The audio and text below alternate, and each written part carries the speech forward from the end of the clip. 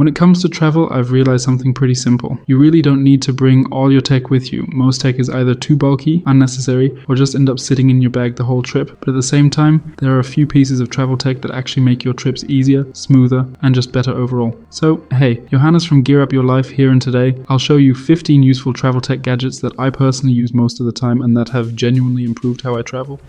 So let's start with something that I've been using way more than I expected, a proper car mount. Because whenever you rent a car while traveling, or of course traveling with your own car, it's always a bit of a struggle. Sometimes you have CarPlay, sometimes you don't, and most of the time you end up just placing your phone somewhere or holding it while using maps, what isn't the best option, of course. And that's exactly where this one from ESR comes in. It's a MagSafe mount with built-in charging, so you just place your phone on it and it locks in instantly. What I like here is that it actually delivers full 15-watt charging, so even when you're using navigation, your phone doesn't slowly die. And something I noticed last summer in Spain, it has a small cooling fan built in, which keeps your phone from overheating while charging, which is, to be honest, more useful than I expected. The mounting part is simple. It clips onto the air vent and can adjust the angle. Also, the magnet is strong enough that your phone really just stays in place and not falling down too often. The price is around $40 to $50, and if you want to charge your phone via MagSafe while driving, or want to have something with you when traveling in cases like this, it's a perfectly useful travel tech gadget.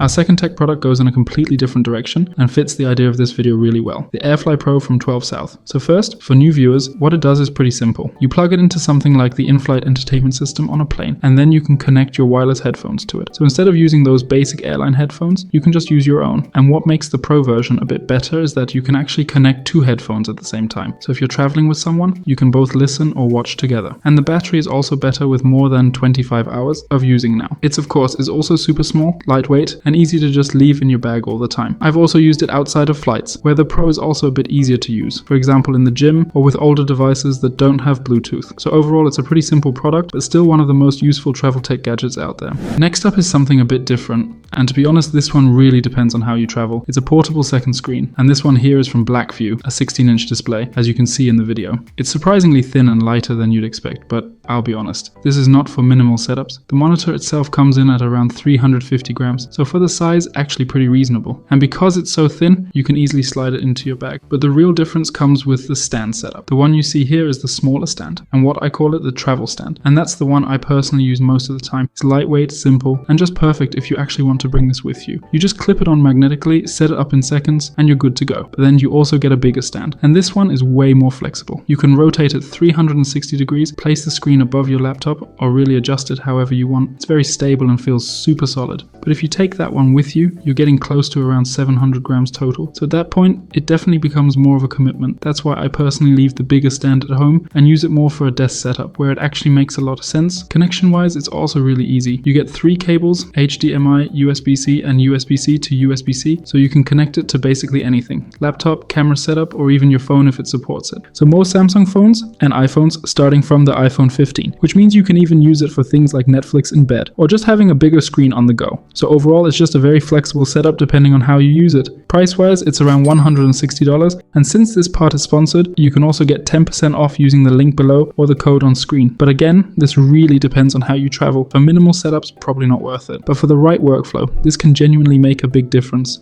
Our next tech product is something I use on basically every trip, a small power bank. And for me, that's still the Anker Mago. What makes this one so nice is how simple it is. It's MagSafe, so you just snap it onto your phone and don't have to deal with cables at all. At the same time, it's still powerful enough to charge your phone around 3 to 4 times, and it could even charge your MacBook, which is more than enough for most travel days. And like most power banks, it is extremely flat, what makes it even easier to carry and to pack. Especially on long travel days when you're using maps, booking things, or taking photos, this just makes everything easier. Price-wise, it's definitely not the cheapest option, but from my experience, Anker products are just reliable, and that's what you want for something like this. That being said, I'll also test some power banks from iNews soon, because I've heard really good things about them, especially for the price, so that could be a really interesting alternative as well.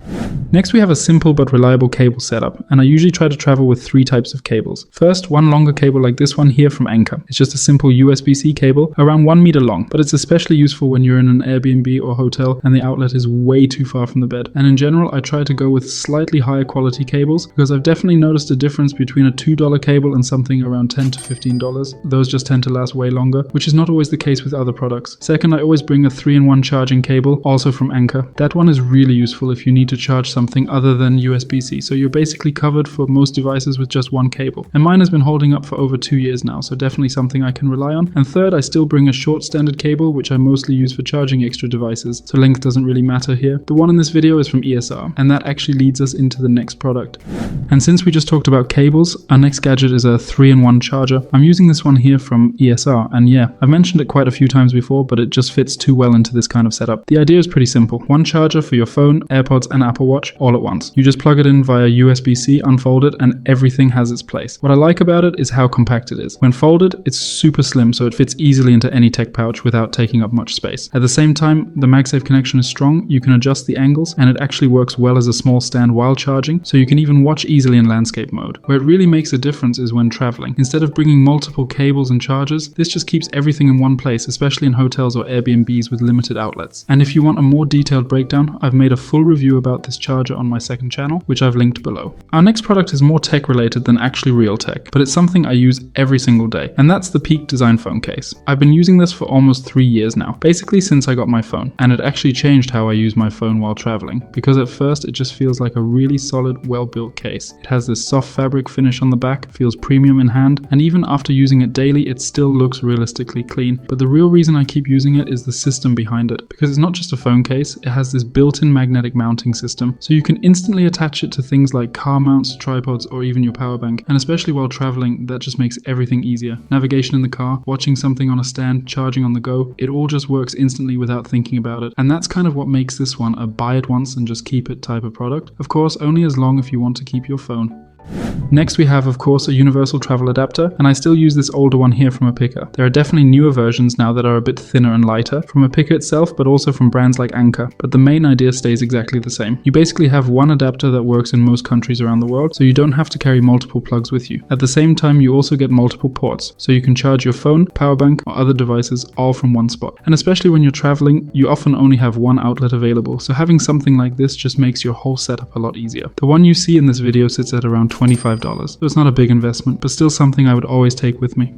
Next we have something that is especially useful now in the early summer, the JBL Clip 5, and I would say it's still one of the smallest speakers you can realistically travel with, and of course the built-in clip makes a big difference. You can just attach it to your backpack or day pack and carry it around without really thinking about it. I personally use it quite often when I'm staying somewhere a bit longer, for example in an apartment while cooking, but also at the beach or on more relaxed travel days. It's not something you need, but it definitely changes the atmosphere when you have your own music with you. Battery life is also solid, it lasts easily over 10 to 12 hours and charges up pretty quickly again. And for around $50, considering the size, durability and how often you can actually use it, because from my own experience the JBL boxes can really last a long time, that's why I think it's a pretty fair option.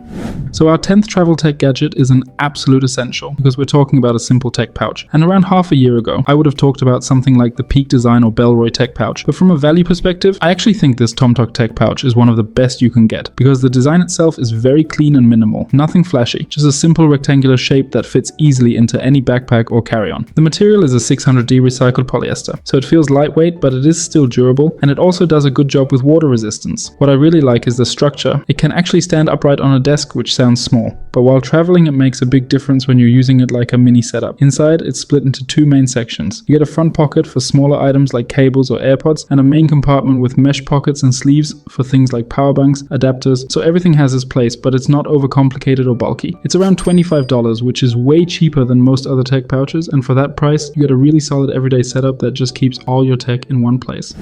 Our next gadget you have already seen in the tech pouch part, and it's a USB hub. I personally use this Satechi 7-in-1 adapter, which gives you things like HDMI, USB ports, SD cards and more, so if you're working while traveling, this can really upgrade your setup. But I also use a simpler one from Ugreen. That one is much cheaper, but still gives you the most important ports like HDMI and USB, and that's already enough for a lot of situations. For example, you can connect your phone or laptop to a TV in your Airbnb and just watch Netflix or anything else on a bigger screen. So it's not something you use all the time, but when you need it, it can make a big difference. Next we have a simple luggage tracker, and I still use the tile tracker, but I have to say, I'm not as happy with it anymore. It definitely has some advantages. You can use it with pretty much any phone. The app is really good. It's easy to use, and price-wise it's also very fair. But over time I noticed that the tracking is not always that accurate, which can be a bit frustrating. That being said, having a luggage tracker in general, like a tile or an AirTag, is still really useful, because especially especially when traveling, you just want to know where your bag is. And this is one of those things you don't think about too much until you actually need it. So if you know a better alternative that works more reliably, feel free to drop it in the comments. So it's not only important to protect your luggage, but also your data while charging. That's why I use a simple USB data blocker like this one from Boysamg. The idea is pretty simple. It lets you charge your device in public USB ports without allowing any data transfer. So if you're at an airport, train or cafe, you don't have to worry about unknown charging stations. I've heard people say that data stealing through charging isn't really a thing, but I still think it's better to be safe than not. And since these are so small, it's really easy to just keep one in your tech pouch and use it when needed. The set I use is from Boysamg, costs around $10, and usually comes with multiple options depending on the device you're using. So it's a very small upgrade, but one that just adds a bit of extra security while traveling. So our next to last travel tech gadget on the list is a relatively simple one, a small wall charger, and especially if you want to save space and weight, this is a really useful upgrade. The one I use is the Anker Fusion adapter. It's super compact, lightweight, and you can even fold the plug in, which makes it easy to pack. At the same time, you can connect multiple devices, so instead of carrying a few different chargers, you just use one. And that's exactly why I use it on every trip, because most standard chargers are just bigger and usually only have one port, while this keeps everything much more simple. It still delivers solid power, feels reliable like most Anker products, and just fits really well into a compact travel setup. Price is around $40, which is pretty normal for Anker.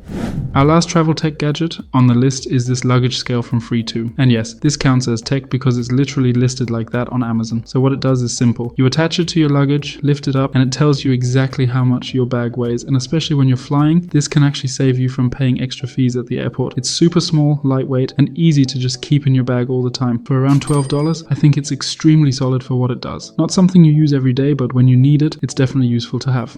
Alright, and with that, we're done. If you enjoyed this one, the video on the left is definitely for you. You'll find even more travel setups and gadgets there. And if you're not subscribed yet, you can do that right here on the right. Thanks a lot for watching all the way to the end. And as always, safe travels, guys.